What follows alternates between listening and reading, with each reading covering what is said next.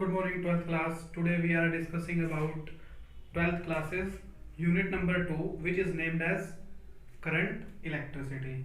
Before this we have studied about electrostatic which is unit number 1. तो ये start करने से पहले हमने इनके नेम्स जो हैं वो रिजोल्व किए थे. जैसे इलेक्ट्रोस्टैटिक्स पढ़ा था. So what does electrostatic mean? Electro means charge and static mean at rest. Means कि जो चार्ज है जब वो रेस्ट पोजीशन पे है तब उसकी स्टडी करनी है. तो वो हमने काफ़ी चीज़ें उसके बारे में यूनिट नंबर 1 में स्टडी कर ली हैं. Now we have the unit number 2 which is current electricity. Current electricity means current आपने 10th क्लास में पढ़ा भी है कि करंट क्या होता है जब चार्ज फ्लो करता है. So now we have to discuss about the charge is in motion. तो उस यूनिट को हम क्या बोल देंगे? Current electricity. और ये भी आपके सिलेबस में है.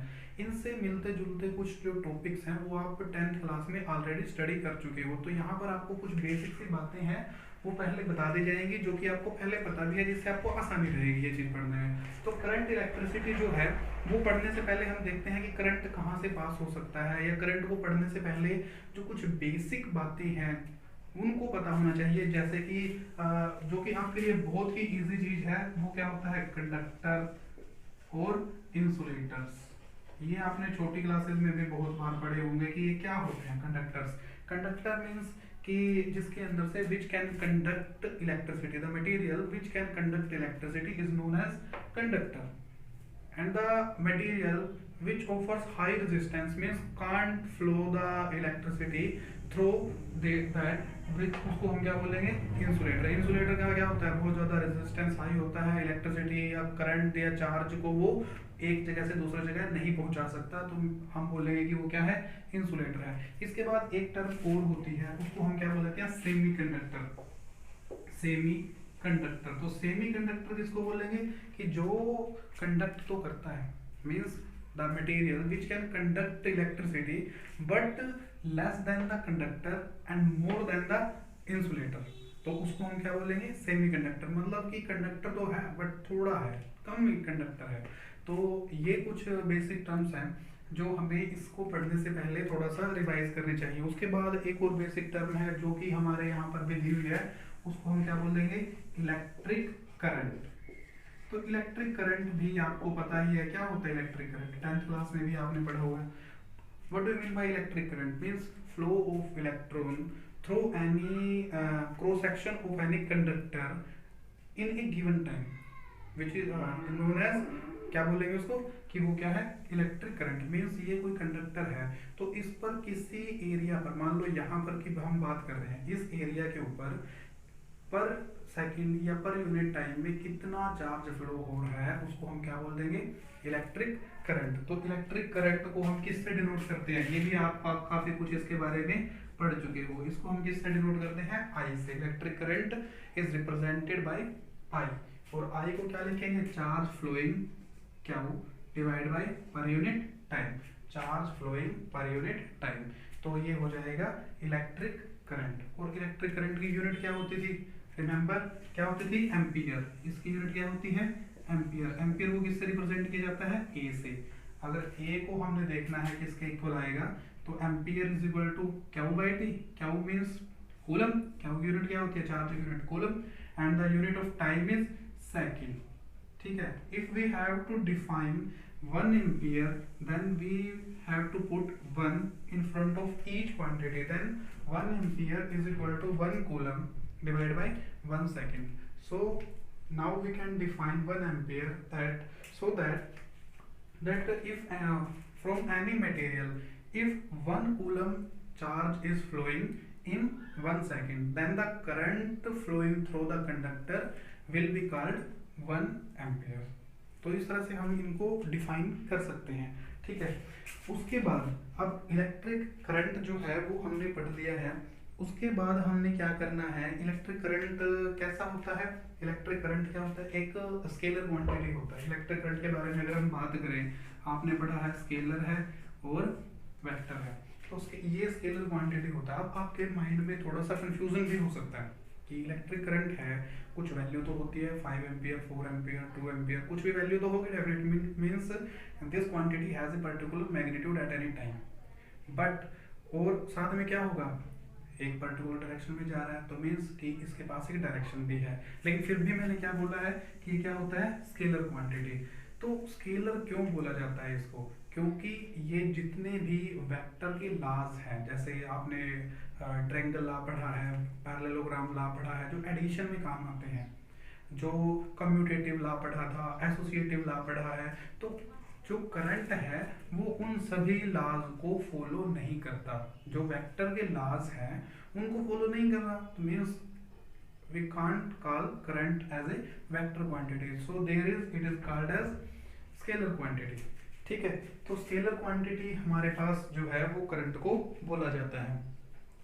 इसके बाद है, अगर आपको कोई छोटा सा न्यूमेरिकल भी दे दिया जाए कि आप कितने करंट को 1 एम्पियर बोलोगे या कितने चार्ज को फ्लो होने से कितना करंट बनेगा, तो इस फॉर्मूले से आप वो निकाल भी सकते हैं। जैसे आपके पास अब 1 मार्क्स में क्वेश्चन आने वाले हैं, तो इस तरह के क्वेश्चन आपके पास बन सकते हैं।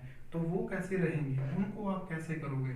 तो अगर आपको बोला जाए कि कोई कंडक्टर है, suppose this is a conductor and a charge is flowing through it. Suppose these are the electrons flowing from one end to another. यहाँ से यहाँ जो करंट है, जो चार्ज है, वो फ्लो कर रहा है। तो अगर आपसे पूछा जाए कि आपने बताना है कि यहाँ से यहाँ तक 1 एम्पियर किसी टाइम पर 1 एम्पियर करंट फ्लो कर रहा है, तो कितने टाइम में, 1 सेकेंड में। तो चार्ज कितना फ्लो कर रहा है, चार्ज कितना फ्लो करेगा, कितना चार्ज यहाँ से यहाँ फ्लो हुआ, अगर करंट कितना है 1 एम्पियर, और कितने टाइम में फ्लो हुआ, 1 सेकेंड में। So you can calculate the value of charge. तो आपके पास फॉर्मूला क्या है, I is equal to Q by T. Now you have to find out the charge. So charge is equal to I multiply by T. तो Q कितना आएगा, I कितना है 1 ampere, ठीक है, और टाइम कितना है 1 सेकेंड, ठीक है। तो चार्ज की वैल्यू कितनी आएगी 1 एम्पियर सेकेंड, और एम्पियर सेकेंड क्या हो जाएगा 1 कूलम। तो मीन्स चार्ज कितना हो गया 1 कूलम। तो इस तरह से आप यहाँ पर टाइम को और करंट को आगे पीछे कर सकते हैं, और उनको वैल्यू कम या ज़्यादा होगी, तो उसी तरह से जो चार्ज है वो भी कम या ज़्यादा होता जाएगा। तो करंट, अगर चार्ज जितना ज़्यादा फ्लो करेगा उतना ही ज़्यादा उसका करंट बनेगा, ठीक है। तो इस तरह से आप इनकी वैल्यूज़ को और ज़्यादा कम या वैरी कर सकते हो। उसके बाद है कि अगर आपको करंट दिया हुआ है और करंट की आपको टाइप पता करनी है, तो टाइप जैसे आपने 10th क्लास में भी पढ़ा होगा कि करंट जो है वो 2 तरह का होता है, एक होता है अल्टरनेटिंग करंट और दूसरा होता है डायरेक्ट करंट। तो जैसा हमारे घरों में आता है उसको हम क्या बोल देते हैं, it is known as alternating current. Why, because इसकी जो डायरेक्शन है वो एक पर्टिकुलर टाइम के बाद चेंज हो जाती है। सपोज करंट जो है वो यहाँ से इस पॉइंट तक फ्लो करता है, यहाँ से यहाँ तक फ्लो करता है। तो सपोज एक बार तो इस तरह से फ्लो करेगा और दूसरी बार दूसरे साइकिल में इस तरह से, मीन्स कि उसकी जो पोलैरिटी है वो चेंज होती रहती है, यहाँ से यहाँ, यहाँ से यहाँ, तो वो एक एंड से दूसरे एंड को चेंज करता रहता है। जबकि डीसी जो है वो पूरा एक तरफ से दूसरी तरफ तक ही चलता रहेगा, और उसका मतलब साइकिल का कोई इफेक्ट नहीं पड़ेगा कि कितने टाइम के बाद जो पोलैरिटी है वो चेंज होगी, मीन्स कि पोलैरिटी चेंज ही नहीं होगी। तो इसकी वैल्यू आप एक बार जब यहाँ से यहाँ जाएगा तो मान लो पॉजिटिव में दिखाओगे, तो जब ये यहाँ से वापस आएगा तो उसको कैसा दिखाना पड़ेगा, नेगेटिव में दिखाना पड़ेगा। तो इसको अगर ग्राफिकल रिप्रेजेंटेशन की बात करें तो इसकी जो ग्राफिकल रिप्रेजेंटेशन है मीन्स दिस इज करंट, और इस तरह से आप टाइम को रिप्रेजेंट कर रहे हैं। तो एक तरफ से ऐसे हो गया पॉजिटिव, मीन्स कि टाइम इंक्रीज हुआ, करंट इंक्रीज हुआ, मैक्सिमम पहुंच गया। उसके बाद और टाइम इंक्रीज हुआ तो इसकी वैल्यू 0 पर आ गई, डिक्रीज हो गई। फिर क्या होगा, अपोजिट साइड में फ्लो करने लग गया। तो अब इसको इस तरह से दिखा देंगे, ठीक है। तो ये क्या हो गया, अल्टरनेटिंग करंट। उसके बाद अगर डायरेक्ट करंट को आपने दिखाना है कि डायरेक्ट करंट क्या होगा कि जो वैल्यू है करंट की वो चेंज हो सकती है, 1 एम्पियर, 2 एम्पियर, 3 एम्पियर, उसको आप चेंज कर सकते हो। वैल्यू कम ज़्यादा हो सकती है गिवन टाइम में, बट उसकी पोलैरिटी चेंज नहीं होगी, वो एक तरह से एक जगह से दूसरी जगह तक जाएगा, तो पर्टिकुलर एक ही डायरेक्शन में ही चलता रहेगा। अल्टरनेटिंग करंट की तरह वो उसकी जो डायरेक्शन है वो रिवर्स नहीं होगी किसी भी टाइम के बाद। तो अगर उसको दिखाना है तो एक ही साइड में है, तो मान लो वैल्यू जो है ये हो गया करंट और ये हो गया हमारे पास टाइम। तो वैल्यू जो है वो कम ज़्यादा हुई, फिर कम हो गई यानी कि वेरी कर रही है, उसके बाद जीरो आ गई, जीरो के बाद ये नेगेटिव में नहीं जाएगा, मीन्स कि जो जीरो होने के बाद ये बढ़ी जाएगी वापस। तो इस तरह से आप जो है वो डायरेक्ट करंट को दिखा सकते हो। तो यहाँ से आपको जो कुछ बेसिक बातें हैं जो आपने अभी तक पढ़ी हैं, जो 10th क्लास तक भी आपने नॉलेज गेन कर ली थी।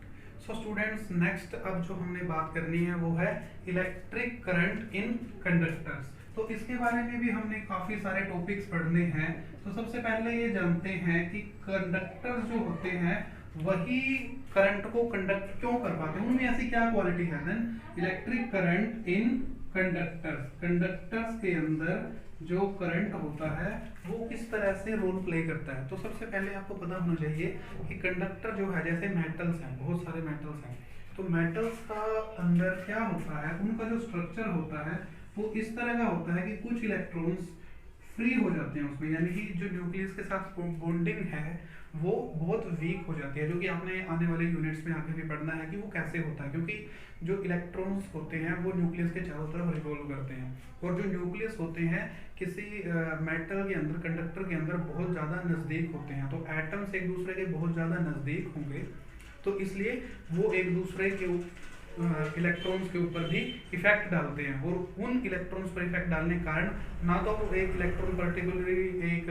न्यूक्लियस पे रह पाता है, ना ही दूसरे न्यूक्लियस पे रहता है, तो वो क्या हो जाता है, वो फ्री स्टेट बोला जाता है। कंडक्टर के अंदर क्या होता है, कंडक्टर के अंदर बहुत सारे फ्री इलेक्ट्रॉन्स होते हैं। तो यहाँ पर मैं लिख देता हूँ कि कैसे हैं, फ्री इलेक्ट्रॉन्स होते हैं। तो फ्री इलेक्ट्रॉन्स रहेंगे, तो फ्री इलेक्ट्रॉन सपोज मैंने इसके अंदर इस तरह से दिखा दिए, इलेक्ट्रॉन के ऊपर क्या चार्ज होता है, नेगेटिव चार्ज होता है। तो फ्री इलेक्ट्रॉन्स बहुत सारे होते हैं। जब भी आप इसके दोनों एंड्स पर कोई इलेक्ट्रिक फील्ड अप्लाई करते हो, suppose this is positive and this is negative, तो जो इलेक्ट्रॉन है उनके ऊपर क्या होता है, नेगेटिव चार्ज, तो वो नेगेटिव किसकी तरफ आएगा, वो पॉजिटिव की तरफ आने लगता है। तो इस वजह से जो इलेक्ट्रॉन्स हैं, जो चार्ज है वो मूव करने लगता है, और इस मूवमेंट को हम क्या बोल देते हैं, इस मूवमेंट को बोल दिया जाता है करंट। तो ये है basic concept behind the electric current in conductors. अब अगर मान लो कि आपने इलेक्ट्रिक फील्ड अप्लाई नहीं किया, सपोज इलेक्ट्रिक फील्ड आपने अप्लाई नहीं कर रखा है, तब भी क्या जो कंडक्टर्स हैं वो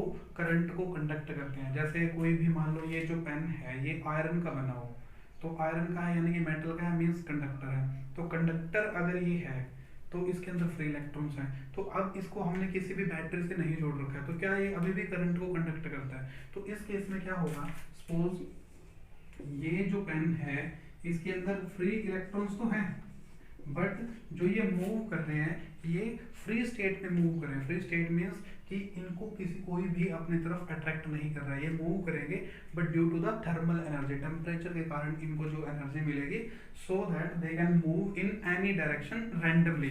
suppose this electron is moving in this direction and this electron is moving in this direction. तो हो सकता है इसके अंदर लाखों करोड़ों जो इलेक्ट्रॉन्स होंगे, बहुत ज़्यादा इलेक्ट्रॉन्स होंगे जो फ्री होंगे, और वो अलग अलग डायरेक्शन में मूव करेंगे। तो अलग अलग डायरेक्शन में मूव करेंगे तो सभी का जो नेट इफेक्ट है वो हम क्या मान लेते हैं, जीरो होगा। सपोज मान लो एक इलेक्ट्रॉन इधर मूव कर रहा है तो उसके अगेंस्ट एक इधर भी मूव कर रहा होगा, तो नेट करंट, एक इलेक्ट्रॉन इधर जा रहा है दूसरा अपोजिट जा रहा है, तो so net current will be zero. तो इस केस में हम जो नेट करंट है वो कितना मान लेते हैं, जीरो होगा। तो यहाँ पर जो इलेक्ट्रॉन की मूवमेंट है वो तो हो रही है ड्यू टू थर्मल एनर्जी। कब, जब ये किसी भी एक्सटर्नल पोटेंशियल सोर्स से जुड़ा हुआ नहीं है, पोटेंशियल डिफरेंस हमने अप्लाई नहीं किया हुआ है। तो एक जो कंसेप्ट हमने इससे आगे पढ़ना है वो क्या होता है कि जब आप पोटेंशियल सोर्स इसके ऊपर अप्लाई कर देते हो, तो अप्लाई करने पर ये इलेक्ट्रॉन किसकी तरफ आएगा, पॉजिटिव की तरफ आएगा, और एक नेट वेलोसिटी के साथ मूव करना शुरू कर देता है। उस वेलोसिटी को बोल देते हैं VD. VD represented as, VD को हम क्या बोल देते हैं, ड्रिफ्ट वेलोसिटी, ड्रिफ्ट वेलोसिटी। तो इसके लिए हमने एक्सप्रेशन फाइंड आउट करना है जो कि हम नेक्स्ट लेक्चर में करेंगे। तो आज आपने पढ़ा है कुछ basic terms for this unit. जो इस यूनिट में हमने जो भी टॉपिक्स डिस्कस करने हैं उन सभी को समझने के लिए अच्छे से आप सभी को इन टॉपिक्स को समझना होगा, ताकि जो आने वाले टॉपिक्स हैं उनको हम बेटर तरीके से समझ पाएं।